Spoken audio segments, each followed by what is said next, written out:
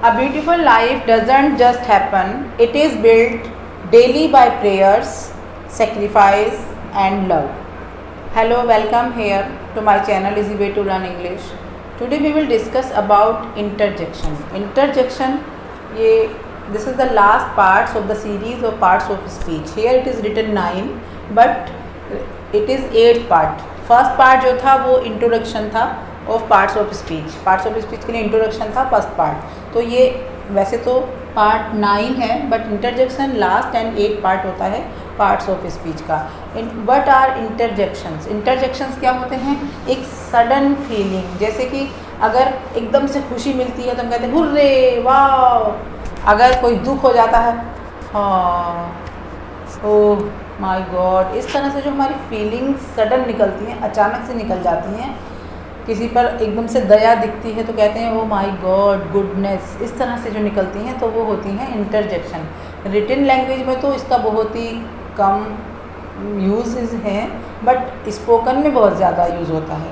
हम बोलते हैं, अगर हमें कुछ अच्छा दिख गया तो हम वाओ गुड, किसी ने कोई अच्छे नंबर से पास हो गया, wow well done, well done, इस तरह से बोल देते हैं तो स्पोकन में ज़्यादा यूज़ होता है. तो सबसे पहले देखते हैं इसकी definition. An interjection is a word which expresses some sudden feeling और इमोशन. इमोशंस भी फील करता है और फीलिंग्स भी फील करता है. हमारे किस तरह के इमोशन, दुख में कैसे इमोशन निकलते हैं और खुशी में कैसे इमोशंस निकलते हैं. जब हम सरप्राइज्ड होते हैं तो हमारा कैसा इमोशंस होता है, क्या हमारी फीलिंग्स होती है जो अचानक से मुँह से बाहर निकलता है, दैट आर कॉल्ड इंटरजेक्शन. जैसे जब हम बहुत खुश होते हैं, जॉय वाली फीलिंग होती है तो कहते हैं हुर्रा, हाँ हाँ. ग्रीफ मीन्स दुख. जब दुख की बात आती है तो हम अलास इस तरह से बोलते हैं.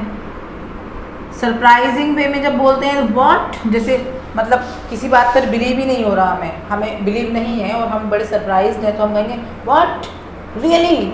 इस तरह से हम क्वेश्चन मार्क भी लगा देते हैं अपने ही वर्ड पे. बट जब हम इसको लिखते हैं तो यहाँ पर हम एक्सक्लेमेशन मार्क लगाते हैं, एक लाइन और उसके नीचे छोटा सा पॉइंट, इसे कहते हैं एक्सक्लेमेटरी साइन. अप्रूवल, अगर हम किसी बात को मान लेते हैं, एक्सेप्ट कर लेते हैं, अप्रूव कर लेते हैं, दैट ब्रेवो, वेल डन. हमें वेलकम करना होता है तो वेलकम के लिए कोई आ जाए और वेलकम के लिए बोलना होता है सडनली तो हम वेलकम, मोस्ट वेलकम, इस तरह से उसको वेलकम करते हैं. फेयरवेल, विदाई देते हुए, गुड बाय, फेयरवेल, यहाँ भी एक्सक्लेमेटरी साइन ही आएगा. ओके, अब हम इनको समझेंगे अच्छे से डिटेल में कुछ एग्जाम्पल्स के through. Now let's have a look at some examples. Hello, what are you doing here. जैसे कि कोई अचानक से मिल जाए आपके अपने कमरे में और आपको उम्मीद नहीं हो, आपने कोई एक्सपेक्ट नहीं किया कि कोई कमरे में होगा, तो आप एकदम से आपके मुंह से निकलेगा hello what are you doing here, कि अरे तुम यहाँ कैसे, हेलो क्या कर रहे हो. Alas, he is dead. दुख के लिए अलास का यूज़ करते हैं, he is dead, alas he is dead.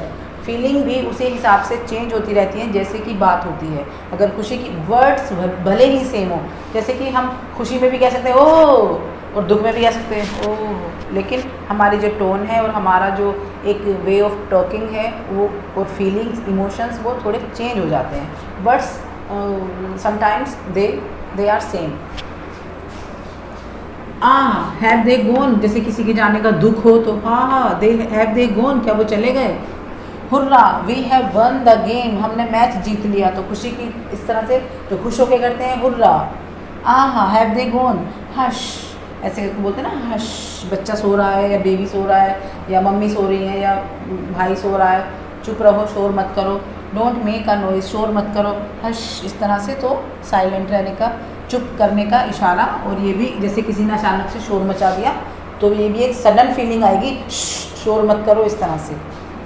Alas, I have lost my watch, I have lost, जैसे कि मैंने अपनी वॉच खो दी अगर तो मैं दुखी के उस दुख के मेरी वॉइस जो होगी वो दुख भरी होगी. Alas, I have lost my watch.